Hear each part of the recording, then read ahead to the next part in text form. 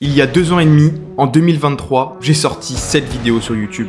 Du coup, moi c'est Alexandre, j'ai 22 ans, je suis diplômé d'une école d'ingénieur. Ça fait 2 ans maintenant que je me forme dans l'immobilier et bien entendu, on suivra mon évolution avec mes investissements que je vais faire prochainement. J'étais jeune, je sortais d'études et j'avais déjà pour l'ambition d'acheter plusieurs biens immobiliers. J'ai commencé en 2024 par un premier appartement que j'ai toujours, qui me génère plus de 350 € de cash flow tous les mois. Et en 2025, tout s'est accéléré et c'est pour ça qu'aujourd'hui on va faire le bilan de mon année 2025, que ce soit niveau investissement, business en ligne ou tout simplement sur ma vie personnelle, et on va voir ensemble les objectifs pour 2026. L'objectif de ces vidéos, c'est tout simplement de vous donner envie de passer à l'action et de voir que c'est possible tout en partant de rien et de pouvoir constituer un patrimoine sur le long terme. En 2025, par rapport à la crypto-monnaie, j'avais dit que je voulais faire un x2 et sortir la moitié de mes gains. Je voulais également laisser le reste du capital pour faire 50% de rendement, puis tout mettre en Bitcoin et réinvestir les gains du x2 en bourse. Donc ça, c'était pour la crypto. Et en bourse, je voulais continuer mon DCA que je fais depuis maintenant plus de 2 ans et demi et de l'augmenter à 750 € par mois, ce qui commence à faire une sacrée somme. Et l'objectif, c'est de maxer, entre guillemets, le PEA, donc c'est d'atteindre le plafond maximum de versement qui est à 150 000 €. Clairement, niveau crypto-monnaie, c'est pas l'année de fou pour moi. Mon portefeuille est actuellement à moins 40%. Je continue de racheter tous les mois. Je pense sincèrement que les crypto-monnaies, il va y avoir un gros mouvement haussier sur 2026. C'est ma conviction parce qu'il n'y a que des bonnes nouvelles, notamment aux États-Unis, le PIB qui a explosé tous les compteurs en 2025, et on n'a que des bonnes nouvelles au niveau des crypto-monnaies. Pour la bourse, objectif atteint, je suis content. J'ai réussi à augmenter mon DCA jusqu'à 750 € par mois sur 2025, donc ça je suis très content. Aujourd'hui j'ai 35% de cash, parce que je trouve que la valorisation du CW8 notamment, parce que vous le savez, moi j'investis quasiment que sur l'ETF CW8, sauf quand il y a des petits swing trading à faire, donc c'est-à-dire d'acheter des entreprises sous-évaluées et de les revendre sur un court terme, 3, 6, 9 mois. Et donc j'ai 35% de cash en ce moment, en attendant une petite variation à la baisse pour renforcer ma position sur le CW8. 2025 a été pour moi une bonne année en bourse puisque j'ai 8% de performance à l'instant T où on se parle, sachant que je pense qu'on sera peut-être à 9 ou 10% de performance au 31 décembre. 2025, je voulais finaliser ma deuxième acquisition au niveau immobilier. Pour ceux qui ne le savent pas, j'ai acheté un premier appartement en 2024 et début 2025, janvier-février, j'avais signé pour un immeuble de 2 appartements. Et donc, fallait que je finalise les travaux puisqu'il y a un des 2 appartements qui était déjà loué. Et je voulais finaliser les travaux. Et je voulais également, sur 2025, acheter un 3e bien. Donc idéalement, c'était un immeuble de rapport de 3 lots minimum. Et bien entendu, je voulais réaliser 12 000 € de chiffre d'affaires sur les loyers perçus avec un cash flow supérieur à 0. Et bien clairement, au niveau du premier immeuble de 2 apparts, atteint. Tout est fini, les façades sont refaites, la toiture c'est nickel, l'appartement à l'intérieur est terminé et c'est loué, donc tout est loué. J'ai acheté un nouvel immeuble de rapport de 6 appartements. Là on commence à être dans du volume assez important, ce qui porte le total à 9 appartements actuellement.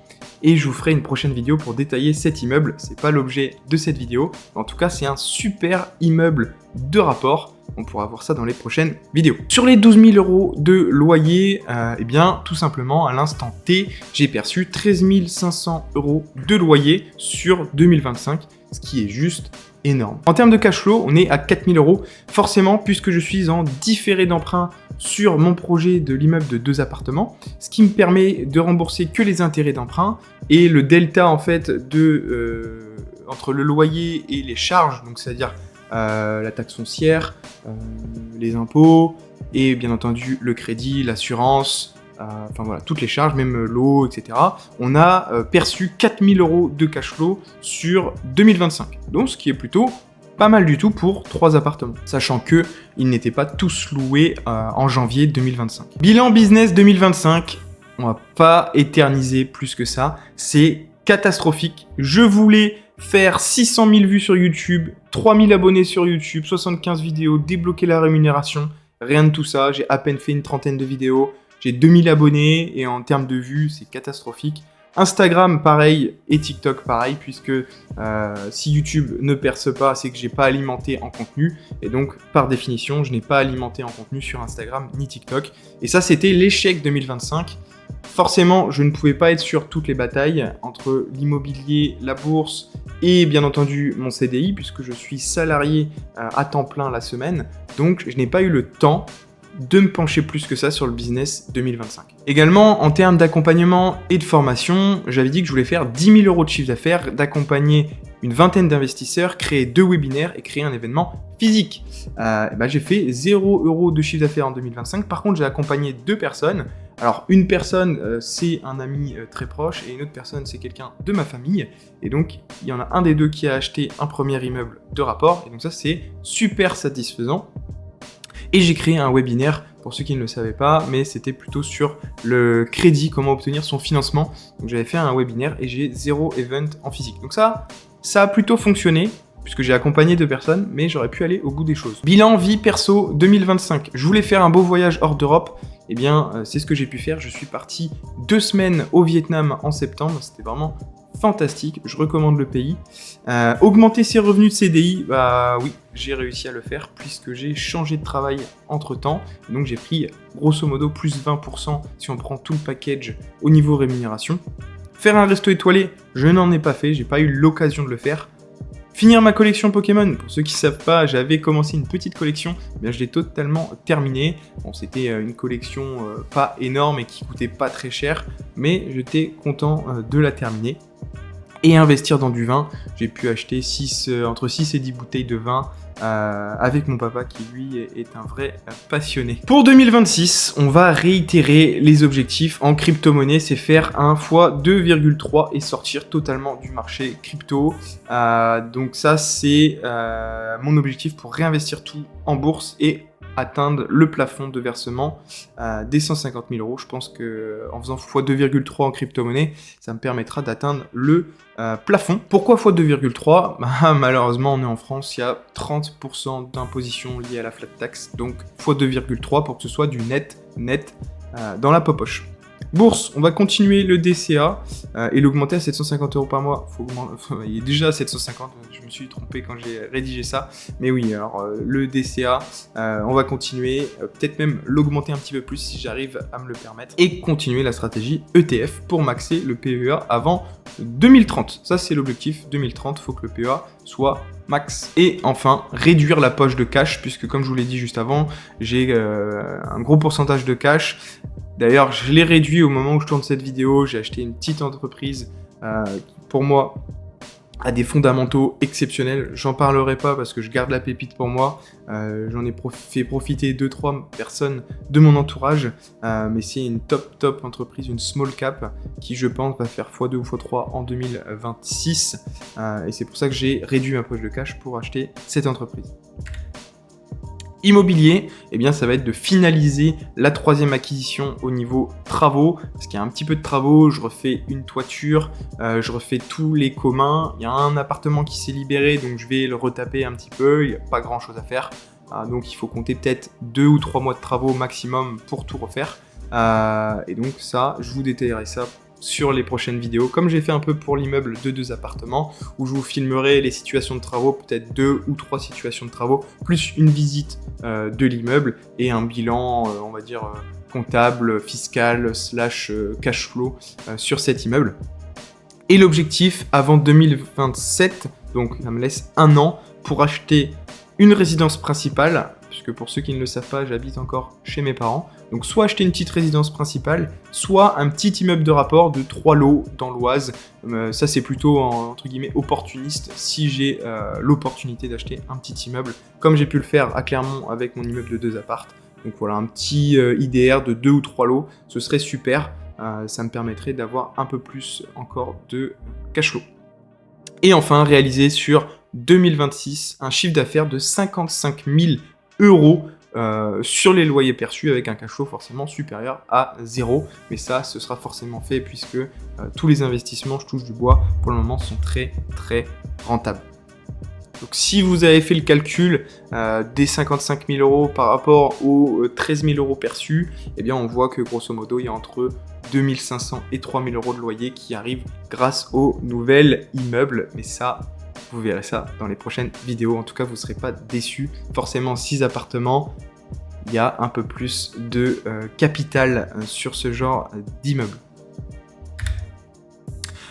Objectif business 2026, comme on l'a pu le voir, 2025 c'était catastrophique. Eh bien je ne veux pas du tout revivre ça en 2026, il faut vraiment aller au bout des choses et atteindre cet objectif business. C'est de faire toujours 10 000 euros de chiffre d'affaires, accompagner 10 investisseurs et créer un événement physique.